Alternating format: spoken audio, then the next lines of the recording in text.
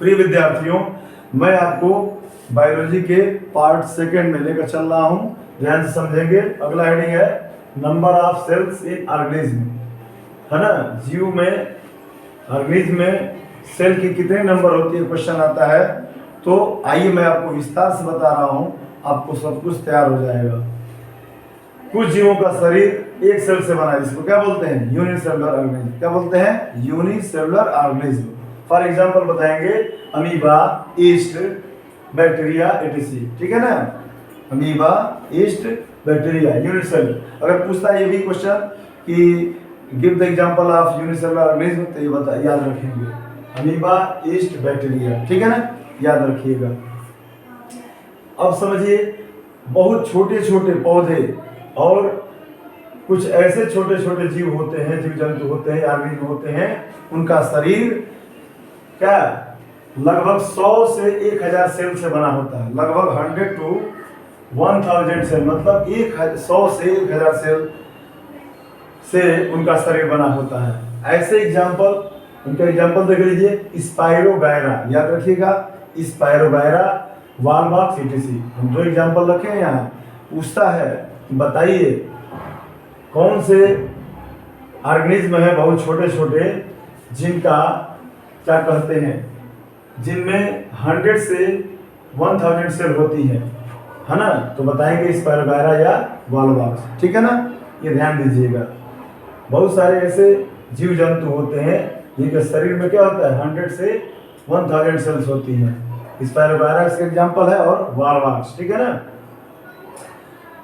अब समझिए, बड़े बड़े जीव जंतु होते हैं लार्ज ऑर्गेनिज्म के बॉडी में 1 लाख करोड़। ध्यान दीजिएगा, most important question, 1 lakh crore, या आप लिख करके लिखिए। देखिए क्वेश्चन कई प्रकार से पूछता है, बदल बदल के एग्जाम पूछता है। अगर एक ही चीज समझेंगे तो और चीज छूट जाएगी, है ना। तो ध्यान रखिए, मैं बोल रहा हूँ कंपटीशन में भी आता है। 1 लाख करोड़ कहिए, या 10 खरब कहिए, है ना, या 10 to the power 14, 10 to the power 14 कहिए। देखिए 10 खरब कितना लिख सकते हैं, 10 to the power 14 इसमें दिया है। या ट्रिलियन में कभी कभी पूछ देता है, कितने ट्रिलियन होते हैं, 100 ट्रिलियन। तो तीनों याद रखिएगा। 100 ट्रिलियन किसी किसी बुक में मिलेगा, ध्यान दीजिएगा। हर चीज आपको कई जगह बता दिए। नोट्स बना लीजिएगा, किसी किताब को पढ़ने की आवश्यकता नहीं पड़ेगी, आपको हम गारंटी देते हैं। ठीक है ना, आपको सब कुछ दिमाग में सेट हो जाएगा।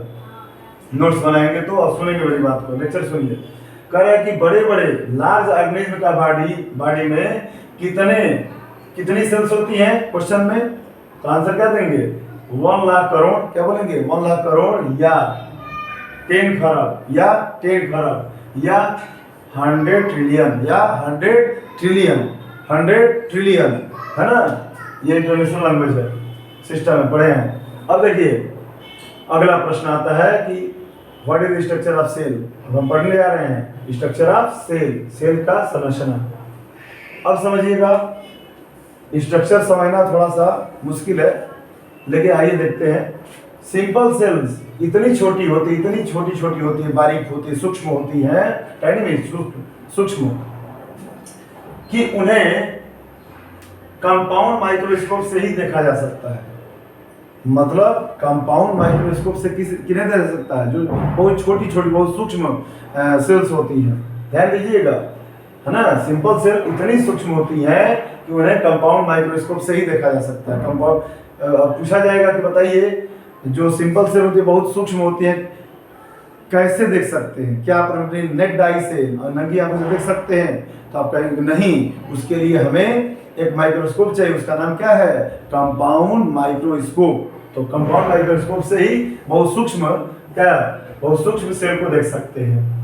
लेकिन ये समझ लीजिए, उनको देख सकते हैं, लेकिन इंटरनल डिस्ट्रक्शन सेल का अगर इंटरनल मतलब आंतरिक संरचना देखना है, अंदर की चीजें को देखना है, इंटरनल स्ट्रक्चर को, तो उसके लिए क्या करना पड़ेगा, इलेक्ट्रॉन माइक्रोस्कोप का सहारा लेना पड़ेगा। अर्थात इलेक्ट्रॉन माइक्रोस्कोप की सहायता से ही इंटरनल स्ट्रक्चर को देख सकते हैं। किसके इंटरनल स्ट्रक्चर को, सेल के इंटरनल स्ट्रक्चर को देखने के लिए आपको किसका सहारा लेना पड़ेगा, इलेक्ट्रॉन माइक्रोस्कोप। और वो भी उसके मैग्नीफाइंग पावर कितना होना चाहिए, जिसका मैग्नीफाइंग पावर कितना होना चाहिए, 10 to the power 5 diopter, 10 to the power 5 dioptre.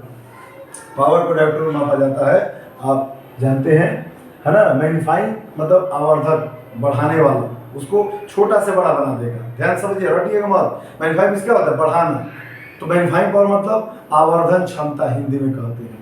समझ में आ गया ना, बढ़ाने की क्षमता। तो उसको बड़ा, छोटा है तो बड़ा बड़ा बनाकर दिखा देगा। तो ध्यान दीजिएगा कितना होता है, ये मोस्ट इंपॉर्टेंट क्वेश्चन है। 10 टू द पावर 5 डायोप्टर होता है इलेक्ट्रॉन माइक्रोस्कोप। कई बार पूछा जाता है एग्जाम में, ध्यान दीजिएगा, ठीक है ना। इलेक्ट्रॉन माइक्रोस्कोप जिसकी क्षमता कितनी होती है, 10 टू द पावर 5 डायोप्टर। और इससे क्या होता है, इलेक्ट्रॉन माइक्रोस्कोप क्या कर सकते हैं आप, इंटरनल सेल के इंटरनल स्ट्रक्चर को देख सकते हैं आसानी से। समझ में आ गया कि नहीं आ गया, बताइए, आ गया ना। अब आगे बढ़ते हैं। अब प्रश्न आता है कि how many types of cell, कितने प्रकार की सेल्स होती हैं। तो बताएंगे मुख्य रूप से 2 प्रकार के होते हैं, प्रोक्रियाटिक, यूक्रियाटिक। बहुत आसान शब्दों में समझेंगे, प्रोक्रियाटिक, यूक्रियाटिक, है ना। देखिए इसमें आसान है, कैरियाटिक इसमें भी है और इसमें भी कैरियाटिक। बस याद रखिएगा प्रो और यहाँ यू, प्रो और यू, कुछ नहीं तैयार करना है आपको, बहुत सिंपल सटीक। जहाँ ट्रिक है मैं बता दूंगा। प्रोक्रियाटिक में क्या क्या होता है भाई, तो कैसे बोलेंगे, कहेंगे कि those cells which lack nuclear membranes and DNA are known as prokaryotic cells। है ना आसान, कहेंगे कि those cells which lack nuclear membranes and DNA are known as prokaryotic cells। हो जाएगा ना, prokaryotic cells। फॉर एग्जाम्पल के लिए बता देंगे, आर्की बैक्टीरिया, क्या बोलेंगे, आर्की बैक्टीरिया। देखिए मोस्ट इंपॉर्टेंट क्वेश्चन पूछा जाता है, प्रोकैरियोटिक सेल में कौन कौन से एग्जांपल आते हैं, एग्जांपल बताइए। Give the example of prokaryotic cell. तो बताइएगा आर्की बैक्टीरिया। क्वेश्चन पर ध्यान दीजिए, मैं कैसे बोल रहा हूँ, आप खुद इस तरह समझकर अपने विचार को लिखिएगा नोट्स में, ठीक है ना। तो आर्की बैक्टीरिया बोल देंगे। फिर क्या आता है इसमें, बैक्टीरिया आता है। फिर ब्लू ग्रीन अलगाई, याद रखिए बच्चों, कभी कभी बच्चे समझते हैं कि अलग अलग है। देखिए ब्लू ग्रीन अलगाई को ही साइनोबैक्टीरिया कहते हैं। क्या कहते हैं, साइनोबैक्टीरिया। इसलिए आप लिख करके हमने पूरा यहाँ डिटेल दे दिया है ताकि कहीं से कोई प्रश्न छूटेगा नहीं। साइनोबैक्टीरिया का ही नाम कहीं कहीं दे देता है ब्लू ग्रीन अलगाई। अगर हम नहीं बताएंगे तो आप गलत करके आ जाएंगे परीक्षा में। ध्यान दीजिएगा, सब कुछ बढ़िया समझिए विस्तार से। तो ब्लू ग्रीन अलगाई को कहीं कहीं देता है साइनोबैक्टीरिया। तो बैक्टीरियाटिक सेल का एग्जाम्पल बताइए, तो आर्की बैक्टीरिया, ब्लू ग्रीन अलगाई या साइनोबैक्टीरिया। क्या याद रखेंगे, ब्लू ग्रीन अलगाई कहिए या साइनोबैक्टीरिया। एक और क्वेश्चन, यूकैरियोटिक सेल किसे कहते हैं, तो बोलेंगे यूकैरियोटिक सेल में क्या कहेंगे, यूकैरियोटिक सेल कि those cells which contain nuclear membrane and DNA. इसका उल्टा कर दीजिएगा ना, सीधा सीधा हो जाएगा, है ना, ज्यादा कुछ दिक्कत नहीं होगी। जब इसमें कमी होती है, आप पढ़े हैं ना कि प्रोकैरियोटिक में न्यूक्लियर मेम्ब्रेन और डीएनए नहीं होते हैं, लैक मतलब कमी होती है, उनमें नहीं होते हैं। इसका मतलब ये नहीं होता है कि एब्सेंट होते हैं। तो इसमें क्या होते हैं, यूकैरियोटिक प्रोकैरियोटिक उल्टा होता है ना। एग्जाम्पल बता दिया आपको। तो यूकैरियोटिक में न्यूक्लियर मेम्ब्रेन और डीएनए होते हैं, है ना। तो कहेंगे कि दोज सेल्स व्हिच हैव या which contain nuclear membrane and DNA are known as eukaryotic cells. Eukaryotic cells समझ में आ गया, यूकैरियोटिक सेल्स है, ठीक है।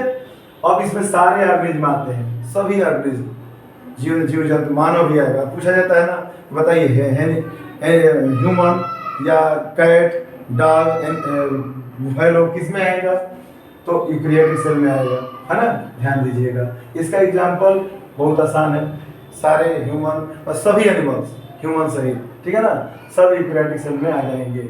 समझ में आ गया। तो मुझे उम्मीद है कि आप अच्छी तरह से समझे होंगे। नोट्स जरूर से जरूर तैयार करेंगे सारे बच्चों। Thank you.